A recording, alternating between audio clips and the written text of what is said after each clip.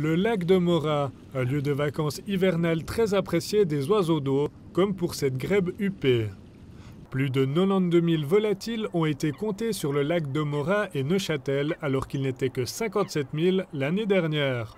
C'est dû en grosse proportion en fait, à la météo et aux conditions saisonnières. Donc ils sont plutôt froides maintenant. Il y a eu les rives gelées sur le lac de Constance aussi. Donc les oiseaux avaient moins accès à leur nourriture là-bas et probablement qu'ils sont descendus un peu plus au sud sur nos lacs qui étaient encore libres de glace. Donc là ils ont pu se nourrir et puis trouver la tranquillité dont ils ont besoin.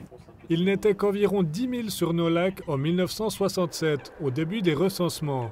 Leur augmentation au fil des ans s'explique en partie par la qualité des eaux, de plus en plus propres. À l'époque, elles contenaient beaucoup de phosphore, provenant surtout de l'agriculture et des eaux usées rejetées directement dans les lacs. Avec l'amélioration de la qualité des eaux, certaines algues ont pu se développer de meilleure manière. Et puis en fait, nos espèces ici, parmi les plus abondantes, Fuligule milouin et Netrousse, sont végétariens et puis se nourrissent de ces algues. Donc ils ont profité de l'amélioration de la qualité des eaux. Et puis il y a aussi eu l'apport d'une espèce de moule, la moule zébrée, en fait, qui a fait exploser la population de Fuligule morillon. Et ça, c'était dans les années 80-90. Puis là, il y a vraiment eu des effectifs très très hauts, les plus hauts en fait jamais enregistrés sur le lac de Neuchâtel et le lac de Morat, c'était à ces périodes.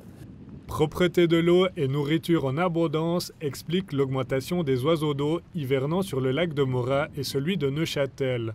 Mais avec le réchauffement climatique et des hivers somme toute plus doux, il y a cependant une diminution de la diversité des espèces. Et puis les espèces les plus nordiques en fait, vont migrer pas jusqu'à nous. Elles vont peut-être s'arrêter en Allemagne ou dans le nord de la France, mais ne pas venir en fait, jusqu'en Suisse. Donc on a vu, par exemple, pour la loi des moissons, elle a été en fait remplacée par loi cendrée maintenant, alors qu'elle était très abondante il y a peut-être 30 ans. Ouais.